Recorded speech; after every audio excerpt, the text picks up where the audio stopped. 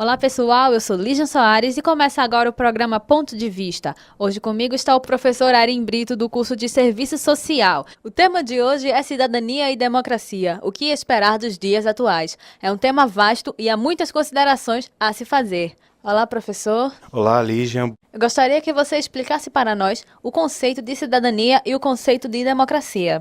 Então, cidadania e democracia, né? O que esperar desses dias atuais? Bom, apesar de ser conceitos, né? Tanto a ideia de cidadania como a ideia de democracia, ideias muito antigas, né? Elas ainda continuam vigentes, né? Mas não da mesma forma como surgiram. E aí, falar de um tema como esse aqui para vocês, trazendo para esse contexto, implica não somente explicar, né, o que é cidadania e o que é a democracia, como tentar entender o que é que acontece com elas nos nossos dias, né? Então, a gente vai fazer aqui uma pequena introdução na ideia de cidadania, de democracia, que aí começa na Grécia, né? Evidente que lá a partir das reformas que foram empreendidas na cidade de Atenas, né, a partir de um clamor popular, né, uma solicitação feita pelos populares, né, se abriu espaço para que mais pessoas pudessem, né, participar do jogo político. E a partir daí se criou a ideia de democracia, que é um pouco diferente do que a gente tem hoje, né? Era bem mais limitada, nem todos tinham acesso, nem todos participavam diretamente da tomada de decisões, mas se a gente comparar o que tinha antes, né, em que as pessoas não tinham esse acesso, e algumas pessoas depois passaram a ter, é evidente que houve aí um progresso, né, um avanço. E juntamente com a ideia de democracia, né, talvez um pouco antes, vem a ideia do habitante da cidade, né, o político, né, todos nós, habitantes da cidade, não apenas do espaço urbano, né, mas dessa coisa social, né, da comunidade, da sociedade, faz de nós políticos, né, não é à toa que um filósofo grego chamado Aristóteles, né, quando ele vai caracterizar nós, seres humanos, uma das definições que ele dá é de que nós somos, sim, animais políticos. Né? Então, ser político é uma coisa que está diretamente ligada à nossa condição humana. Tudo aquilo que a gente faz, tudo aquilo que a gente, inclusive, deixa de fazer, é uma atitude política, né? Tem implicações políticas e sociais. Então, essa ideia de democracia, conforme o tempo foi, né, passando, e a ideia de cidadania também, né, foram agregando outros personagens, né, que antes não participavam, como estrangeiros, mulheres, jovens, né, que antes era uma coisa mais restrita e agora passaram a ter mais participação. Se na teoria isso mudou, né, na prática a gente vem aos poucos acompanhando cada vez mais a participação, né, dos jovens na política, das mulheres na política, né, e isso tende a fazer com que o jogo seja mais complexo, mas também ao mesmo tempo mais interessante. Então, professor, o senhor já falou aqui das definições, mas eu queria saber se o exercício da cidadania está relacionado com a democracia e se sim, como? Pois é, né? Os gregos, eles tinham uma ideia bem interessante da condição do viver na cidade, né? Aquelas pessoas que, porventura, cometessem algum tipo de crime, algum tipo de, enfim, de falta, né? Tinham algumas punições, era o banimento, né, do convívio político, né? Tinha o ostracismo, tinham outras formas de reclusão, né, em que a pessoa ficava privada desse ambiente coletivo, né? Mas ainda assim, né, existiam pessoas que tinham essa dificuldade de conviver no espaço público com pessoas, né? Esses eram aqueles que tinham um olhar apenas para si mesmos, né? É o que a gente chama de idiota, né? Então, era um insulto, né? Acho que ainda hoje, né, ser um idiota, acho que ninguém quer ser idiota, apesar, né, de algumas pessoas, na maioria das vezes, se comportarem como se fossem. Mas a ideia é que todos nós, fazendo parte da sociedade, necessariamente tenhamos que ter uma participação nela. né? Atuar, escolher, deliberar, decidir, tudo isso aí faz parte do que a gente entende como cidadão. E a democracia, por ser um espaço aberto, né, a tomada de decisões, faz com que naturalmente todas as pessoas, né, quer direta, quer indiretamente, contribuam para a evolução do processo. O que podemos falar do exercício da cidadania nos dias atuais? O ser humano se envolve mais com a democracia e com a vida do cidadão?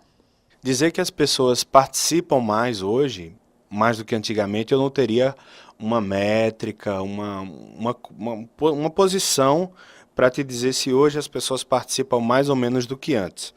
Mas o fato é que hoje os canais, né, de participação com o auxílio das tecnologias da comunicação, né, o rádio, a televisão, a internet, né, principalmente a internet, fez com que muitas pessoas que antes não tinham acesso à informação, ao conhecimento, passassem a ter. Isso está diretamente ligado à tomada de decisões, né? Porque para que você possa atuar, para que você possa agir, você precisa ter um fundamento, você precisa ter uma base para poder ancorar as suas decisões. Então, uma das características da sociedade da informação é justamente essa ideia de abertura, né, das pessoas que passam agora a ter mais acesso aos canais de informação e, consequentemente, né, formando aí a sua opinião, a sua ideia de como proceder, de como participar. Então eu posso dizer que assim, não sei se as pessoas participam mais hoje, mas os canais para, né, desenvolvimento de uma capacidade para decisão hoje, eu penso que são mais abertas, sim. Falando em meios de comunicações, agora nós temos um grande volume de notícias vindo até nós a todo instante, a toda hora, e nós estamos ainda mais a par do que acontece no cenário político do nosso país. Agora nós sabemos que o Brasil passou por uma grave crise política e estamos no ano de eleição. Como nós podemos avaliar essa democracia? O que é que a gente pode esperar também? Outra pergunta, não é? O que a gente pode esperar também desse ano que se segue, desse exercício de cidadania que nós temos que fazer esse ano com a votação para presidente e para outros cargos? Bom, é o seguinte, né? Nós não passamos por uma crise, né? Nós ainda estamos passando por ela, né? Estamos aí vivendo um estado de, enfim, crise, né? Crise permanente, crise na segurança. Haja visto aí as intervenções, né, no Rio de Janeiro, intervenções na justiça, né, o julgamento, a mídia, a relação da mídia com julgamentos aí da Operação Lava Jato, né, a forma como a cobertura da imprensa, né, vem se impondo, os discursos que são construídos nas redes sociais, né. A gente tem um termo que ano passado entrou muito em voga, né, foi até considerado assim, acho que a palavra, né, aquele dicionário lá em inglês, o Oxford, né, ele sempre escolhe uma palavra, né, e um termo, enfim. E, salvo engano, ano passado, o termo que foi escolhido foi fake news, né? Então, a ideia de que, enfim, nós vivemos em uma era de pós-verdades, né? Em que, primeiro, os fatos eles são construídos, eles são costurados, né? De forma a formar uma narrativa, né? Construir uma narrativa que dê sentido para uma determinada teoria, uma determinada tese.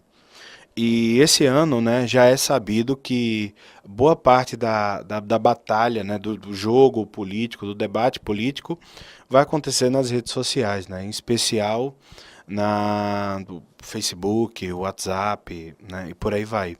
Naqueles grupos de trabalho, nos grupos da família. Então, assim, as pessoas elas estão cada vez mais desejosas, né, de participar, de colocar a sua indignação, a sua crítica, mas talvez se antigamente o problema era o acesso à informação, né, nas bibliotecas, universidades, livrarias, hoje em dia a gente pode talvez até dizer que o problema nem seja o acesso, né, a quantidade pelo menos, mas sim a qualidade da informação que se acessa, né? Então, de que forma que isso aí contribui, não interfere diretamente na ideia de cidadania, é que, como eu tinha falado antes, né, a gente precisa de uma base de conhecimentos, de informações, para poder pautar as nossas ações. Então, se o indivíduo ele está mal assessorado, né, se ele não tem uma base de dados, de informações confiáveis, a tendência é que as ações dele também sejam equivocadas, né? Então, assim, considerando, né, se por um lado eu falei desse fenômeno das fake news, né? Por outro lado, a gente vê também como resposta até a esse movimento o surgimento de várias agências de fact-checking, né? Que procura realmente pegar os discursos, os dados, correr atrás, que é o trabalho de pesquisa, né? O trabalho de crítica, né? De ver se aquilo ali tem rebatimento ou não com a realidade. E isso eu acho que isso é uma tendência, né? As pessoas estão cada vez mais preocupadas em saber se antigamente se repassava uma notícia, né, sem sequer verificar. Agora se entram em alguns sites para verificar se realmente aquele personagem falou aquilo, se aquele dado corresponde com a realidade. Então, assim, eu vejo que tá se formando, né, cada vez mais uma consciência crítica, né, da, da própria ideia de política e de sociedade. Talvez eu esteja sendo muito otimista, né, mas eu vejo que as pessoas estão começando a entender, né, que a informação ela é um fenômeno, né, ela é um dado fundamental para a política, para a prática política, e as pessoas estão cada vez mais se mobilizando para isso.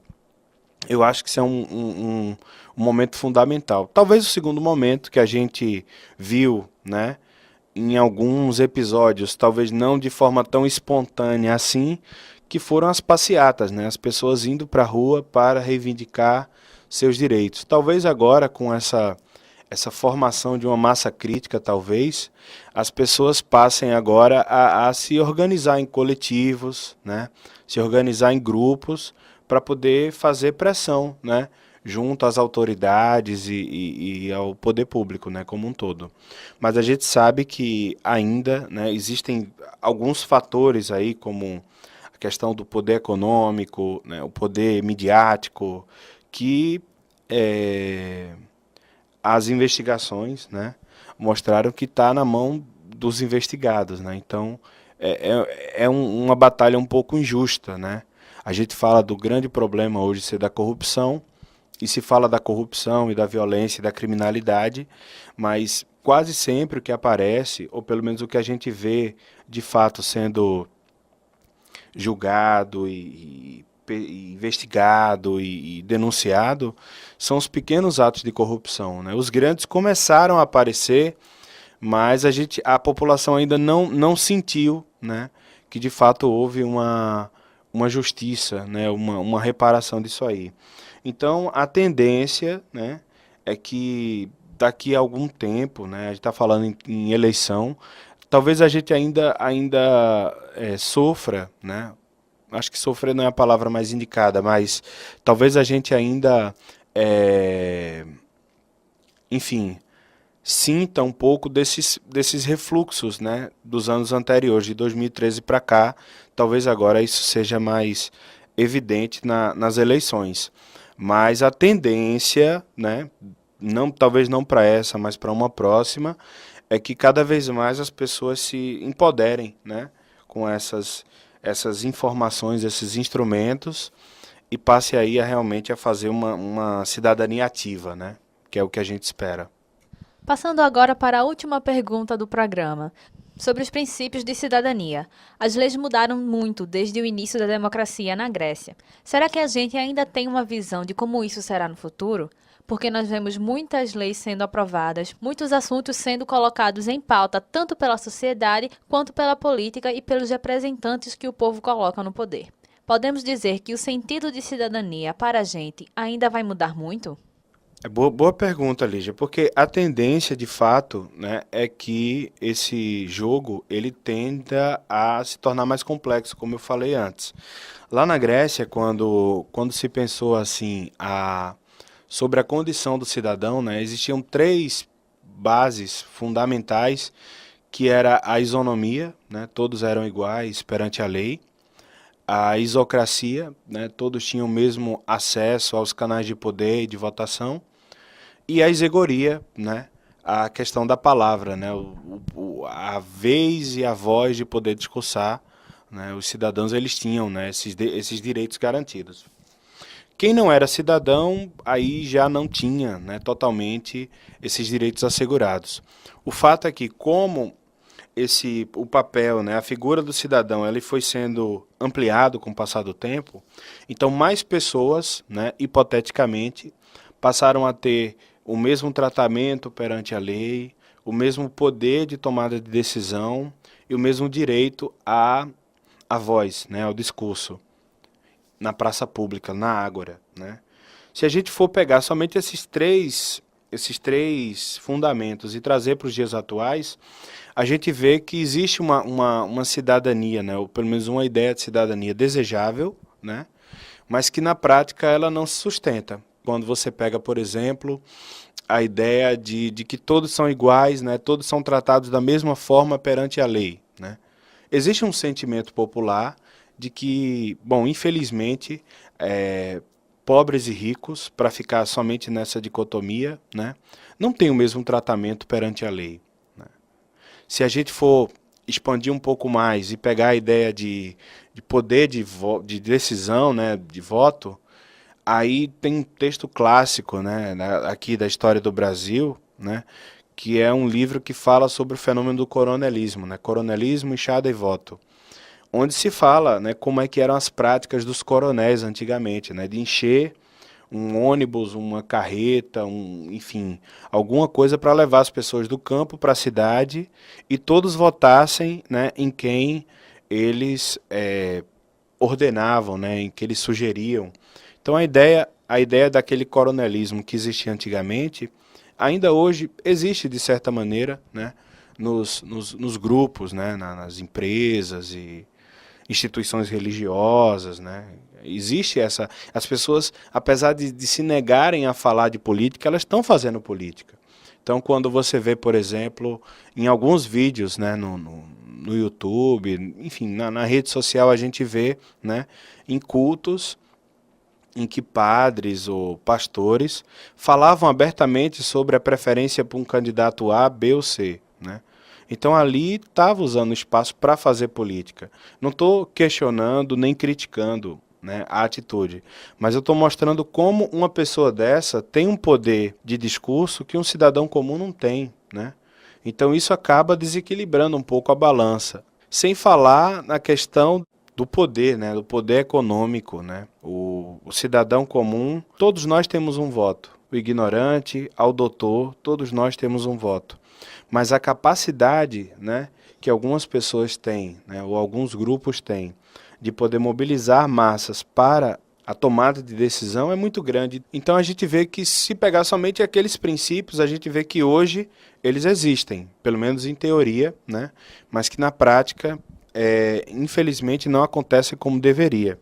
Então, quando a gente fala, né, dessa ideia de participação política, né, a gente vê que o jovem ele é chamado para participar da política, a mulher, né, existe todo um discurso hoje de inclusão social, vamos incluir as mulheres, vamos votar uma lei que obrigue os partidos políticos a ter uma cota feminina. É, coisas que, do ponto de vista da própria prática política, você vê que se existe uma lei que obrigue os partidos políticos a incluir mulheres nas suas fileiras, já mostra que a gente tem algum problema muito sério aí, né, em termos de estrutura e de mobilização. Né? Mas a gente pode, sim, né, entender que o jogo político ele ficou bem mais complexo. Então a ideia, né, a caracterização do cidadão como um filho da polis, né, hoje tem que ser repensada, porque aí você tem que pensar não apenas na urbe, né, mas também no campo, né, os problemas que existem no campo, como isso interfere diretamente na própria noção de cidadania. Aí vê a questão da reforma agrária, né, um problema muito sério, os conflitos por terra, a questão ecológica, né, que também entra aí. Hoje em dia, pensar a cidade como um espaço separado da natureza é um erro, né? Então, integrar práticas de ecologia dentro da prática política, né? Nós somos filhos da polis, mas também somos natureza, né? Então, hoje, eu acredito que a ideia de cidadania, ela passa por todas essas questões, né? A questão das minorias, né? Da questão do negro, da mulher, e, bom, agora nós tivemos aí um fenômeno, né, recente de grandes produções cinematográficas que tratam da questão LGBT, da questão do negro, né, a questão da mulher, né, de colocar um novo olhar sobre a mulher, sobre a heroína, né? Então, isso fez com que mais pessoas fossem ao cinema porque passaram a se sentir representadas, né? Então, de forma análoga, né, a gente pode entender que a política, né, nossa política, falando aqui da nossa realidade, né, nacional, ela precisa ter esse rebatimento, né? Alguns anos atrás foi sugerido um plebiscito para repensar a Constituição, e nele, né, durante a mobilização para isso, foi feito um estudo, né? E aí se colocou, né, que segundo os dados, né, do nosso IBGE, nós temos uma população predominantemente, né, se a gente fosse criar a ideia do cidadão, primeiro seria do sexo feminino, seria jovem, seria negra, seria periférica e seria uma trabalhadora, né? Então, a caracterização em números, né, do que seria o paradigma de cidadão hoje do Brasil é esse. E aí, quando nós olhamos para os nossos representantes eleitos, né, nós temos homens, velhos, brancos, empresários e ricos, né? Então, assim, não que não haja uma representação ou que não haja um compromisso destes para com a população que os elegeu, não é isso. Mas é muito significativo, né, você ter uma população que olha para o político e não consegue de certa forma, se reconhecer nele, né? Isso é importante. E aí isso a gente pode entender que sim, né? Daqui a um tempo, né, eu acredito que essas lutas, né, essas reivindicações dos grupos, né, elas passem a ter um rebatimento direto na eleição dos nossos representantes. Então, gente, o ponto de vista vai ficando por aqui. Mas antes eu gostaria das considerações finais do professor Arim.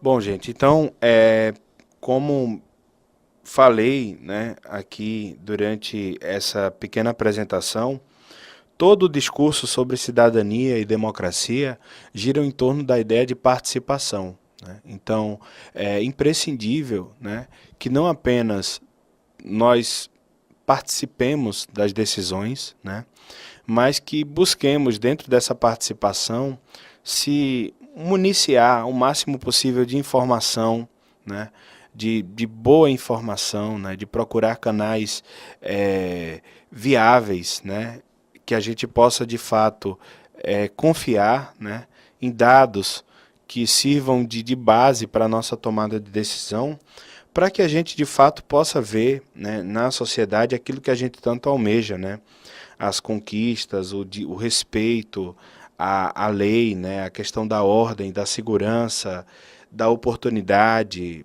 para todos, né? E, sobretudo, aquilo, né, que o Aristóteles tanto colocava, que é a finalidade da própria política, que é a paz.